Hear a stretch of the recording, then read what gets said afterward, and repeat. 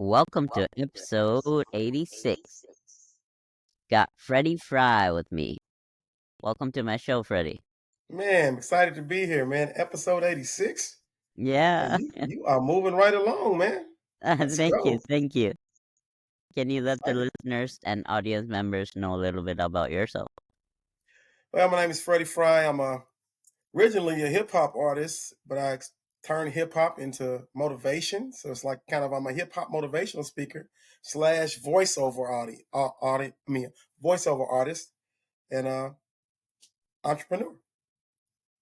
Oh, sweet, sweet and short. And let's take a dive through memory lane.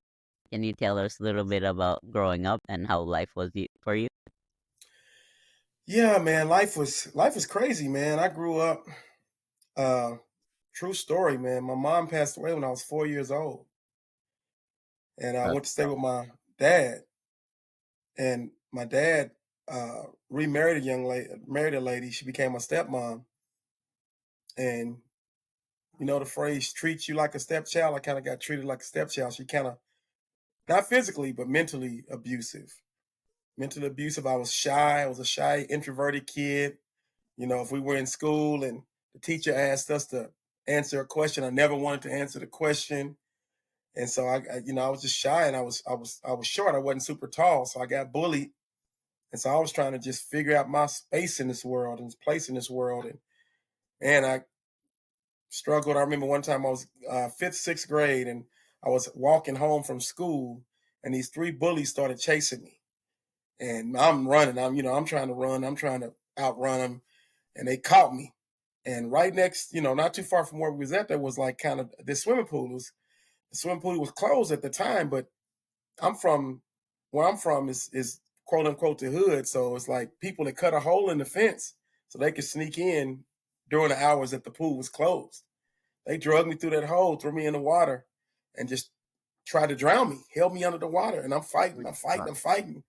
And at the last minute, they pulled me up and they jumped out of the pool, took off running. They thought it was the funniest thing. I was sitting there just, crying and feeling like I was just defeated. And I just remember saying a prayer, Lord, please help me get the strength to overcome these bullies and find my place in this world. I'm probably 11, 12 years old at the time.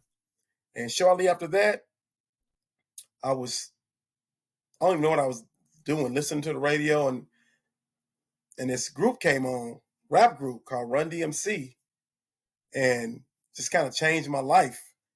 They were rapping, and I got really inspired and motivated, and it started me to rapping. So I started writing raps, and I was kind of copying their raps. And I used to play sports. I was playing basketball, played football, and when I got the music bug, when I got into hip hop, I really wanted to play. I really wanted to get into it and wanted to get music equipment. And so I went to my daddy. I was like, Daddy, can you get me some music equipment? He's like, what am I get you music equipment for? You play sports, you play basketball. I said, but I'm short. I said, but you play football. So I said, I'm short. And when they hit it, hurt. So I don't want to play football no more. And yeah. so he wound up buying me some equipment. And man, I started writing my raps and making music and kind of became known in my neighborhood.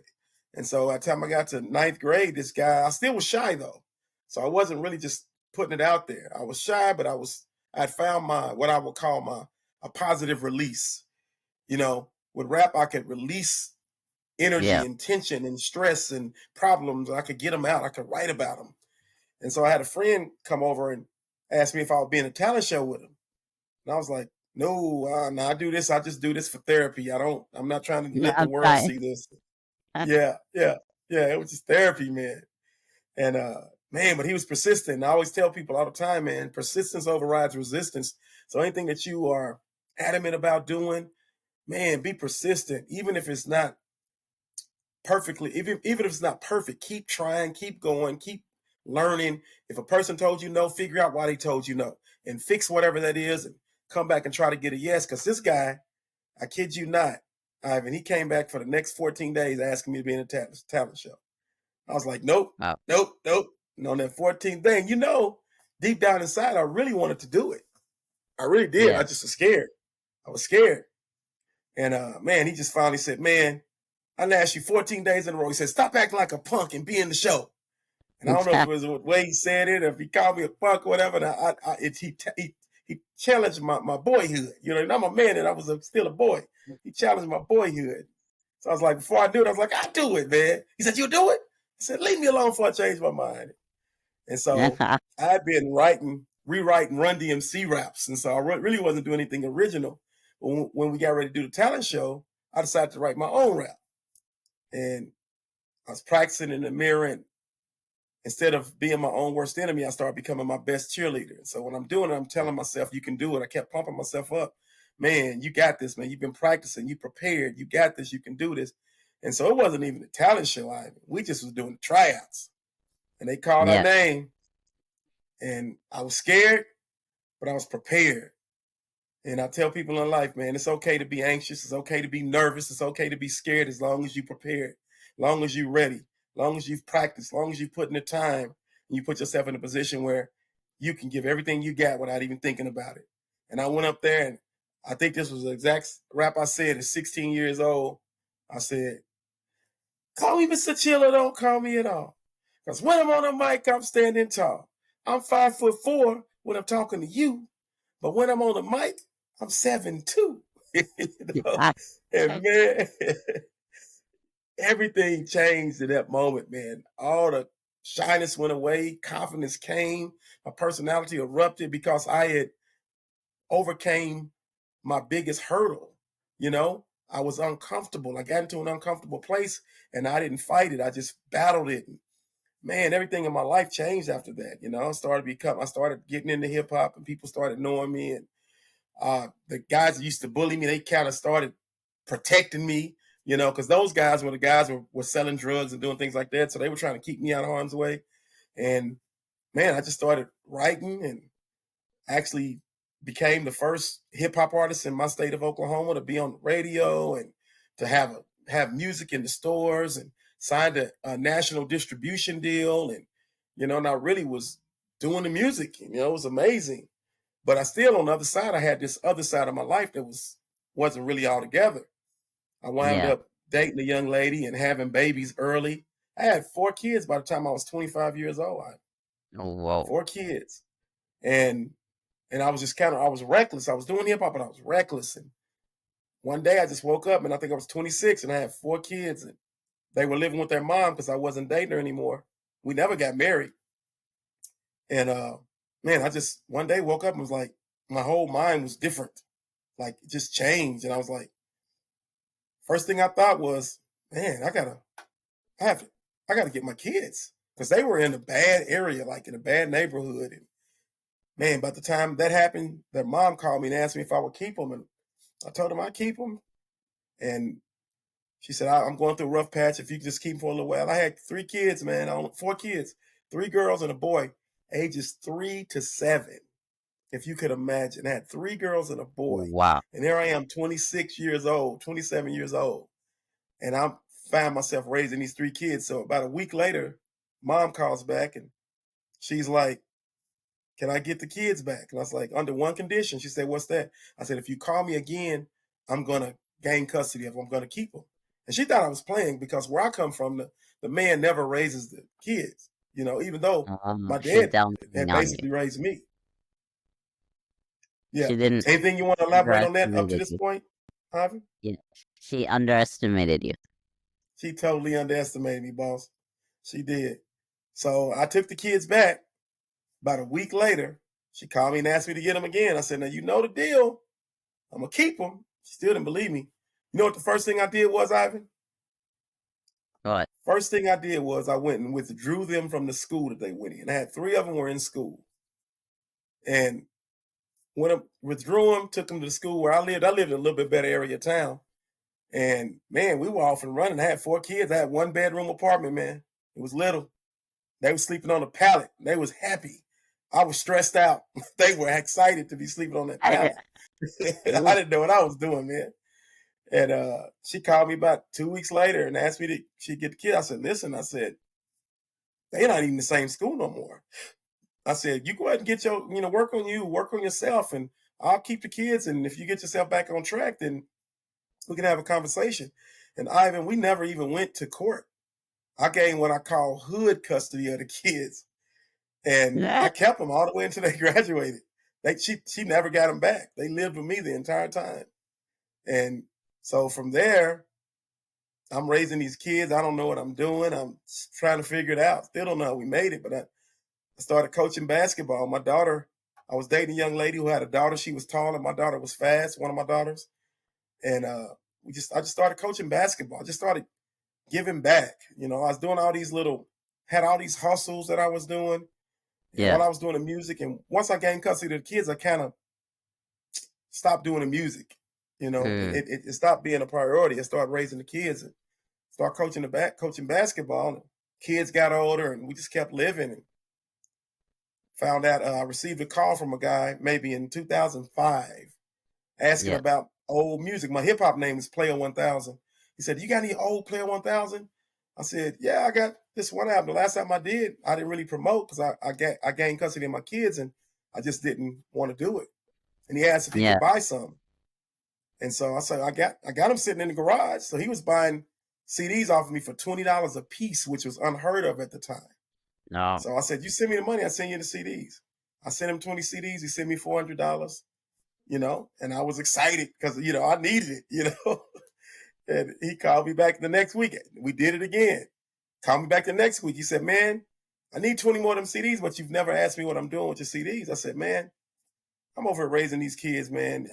Hey, I couldn't imagine you doing anything illegal with a music CD." He said, Yeah. he asked me if I was buying a computer, Ivan. I said, "Yeah." He said, "Go to eBay." I went to eBay. I typed in Player 1000 and my jaw dropped. He was auctioning off each CD, and people were buying each one of my CDs for over $500 a piece. Oh. So he was making about $10,000 off of each batch of 20 CDs he sold. I sold them. And he said, "Man," he said, "you seem like a good dude." So we started doing some work. He was selling them to overseas markets like Japan and Germany and Russia and all these places.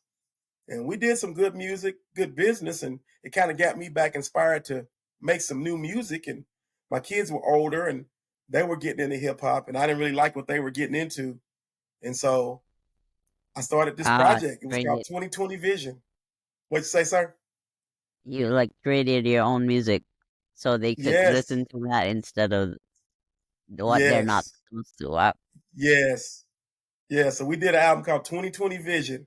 It was how clear do you see the game of life.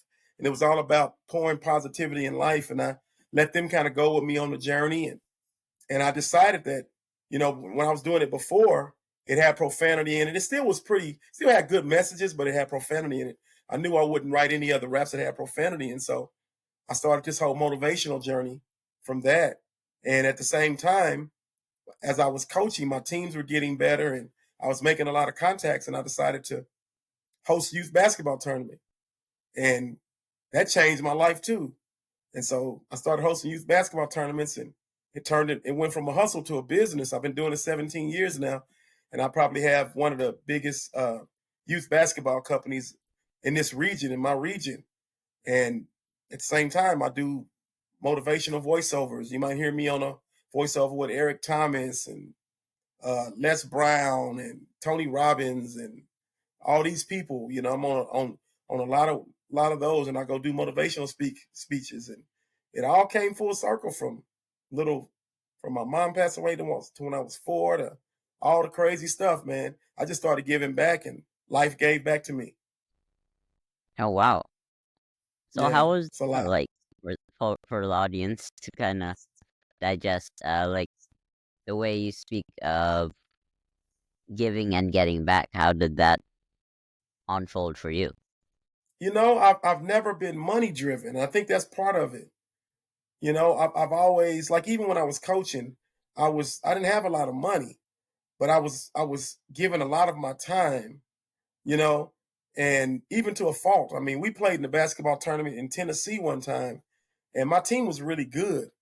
And I always tell people I was so broke, I couldn't afford for us to win another game because if we'd won another game, I would have had to pay for another night of hotel, and I couldn't afford another night of hotel at the time, you know.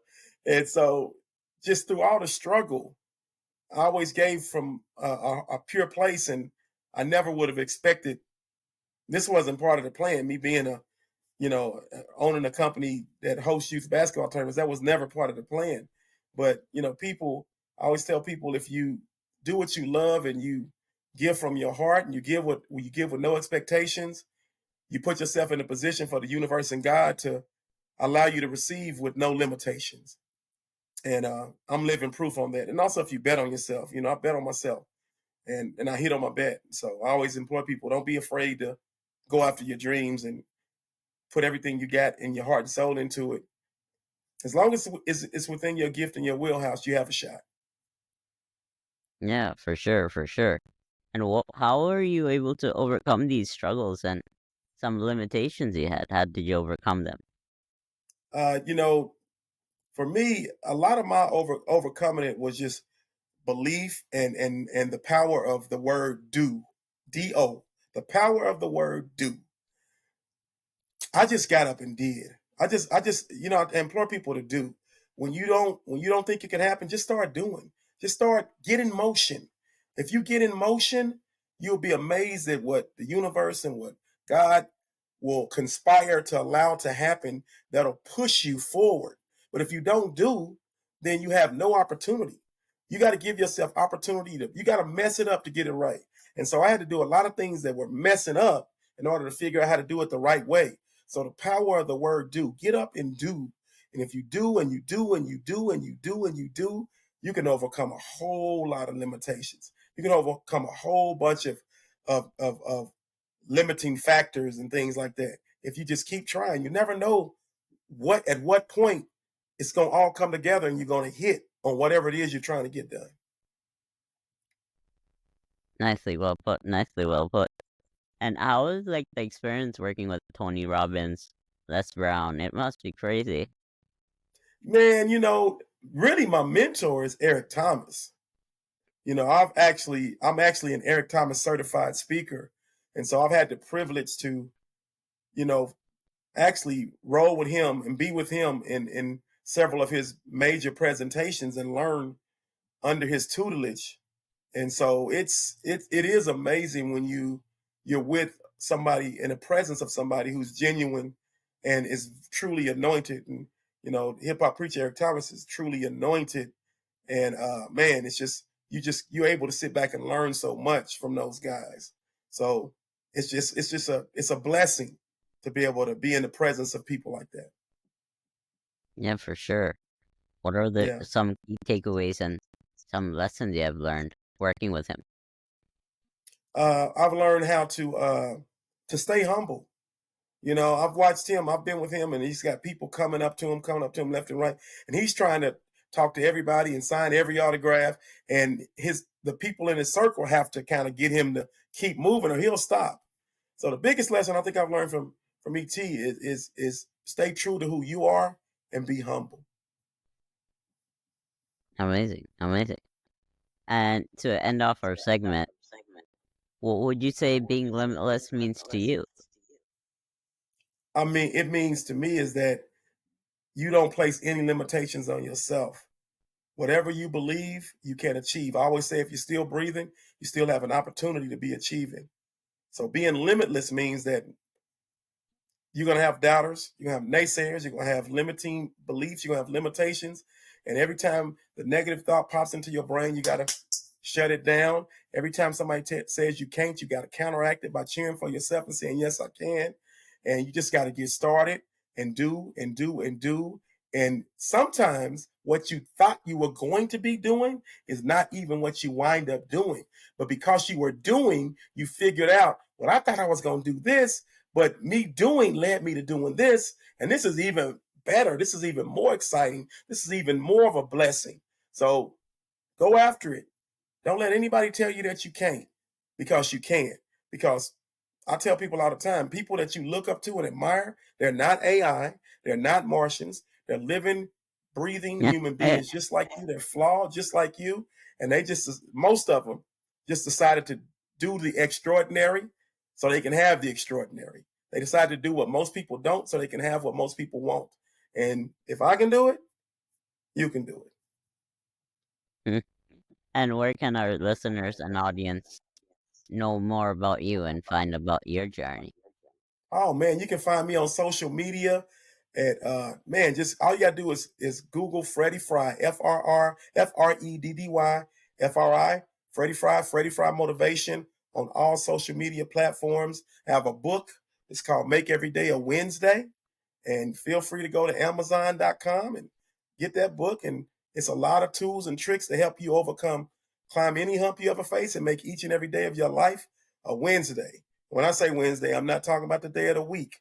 I'm talking about Winsday. Hold on a second.